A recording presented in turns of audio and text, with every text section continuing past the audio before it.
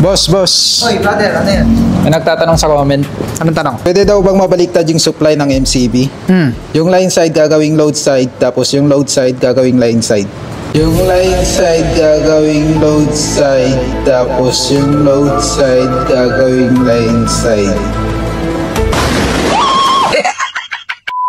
Kung reversible yung breaker na gamit mo, pwede mong gawin yung tinatanong ni brother. Pero kung non-reversible yung gamit mo na breaker, hindi mo pwedeng gawin yan. Bakit hindi pwede, boss? Ano ba pinagkaiba ng reversible at non-reversible?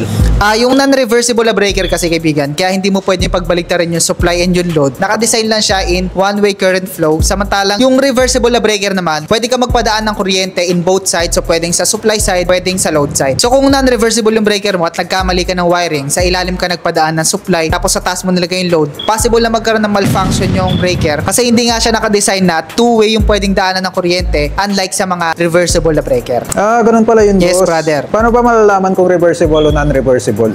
Madali lang yan. Kapag non-reversible na breaker kasi, may makikita ka dyan na clear markings ng line and load. So yan, katulad nitong MCCB na Fuji. So makikita mo meron siya nakalagay na line sa taas, tapos meron siya nakalagay na load sa baba. So kapag ganito, meron siyang clear marking signs ng line and load. Ibig sabihin yan, non-reversible yung breaker. Kapag reversible naman, ganito siya, kahit tikot-tikutin mo yan, wala kang makikitang clear marking signs ng line and load. Ibig sabihin, reversible yung breaker. Kahit saan ka magpadaan ng supply and load, pwede siya. Tapos yung isang way para malaman mo kung reversible o non-reversible yung isang breaker is, pwede mo siyang itanong sa pagbibilan mo ng circuit breaker.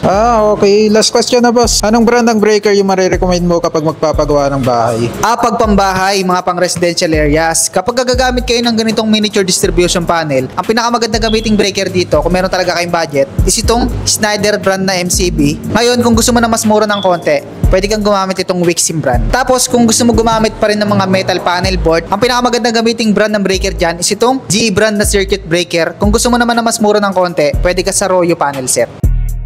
Ano, brother? Meron ka pang gustong itanong? Wala na, boss. Kayo, baka meron kayong mga gustong itanong, comment nyo lang dyan sa baba. Tapos kung meron kayong mga gustong i-canvas or ipa-quote, tawagan na yung message lang kami. Free quotation naman tayo. At kung around Metro Manila lang kayo, guys, bisitahin nyo na kami dito sa store. Nandito lang tayo sa Karuhatan, Valenzuela City, malapit sa SM Valenzuela.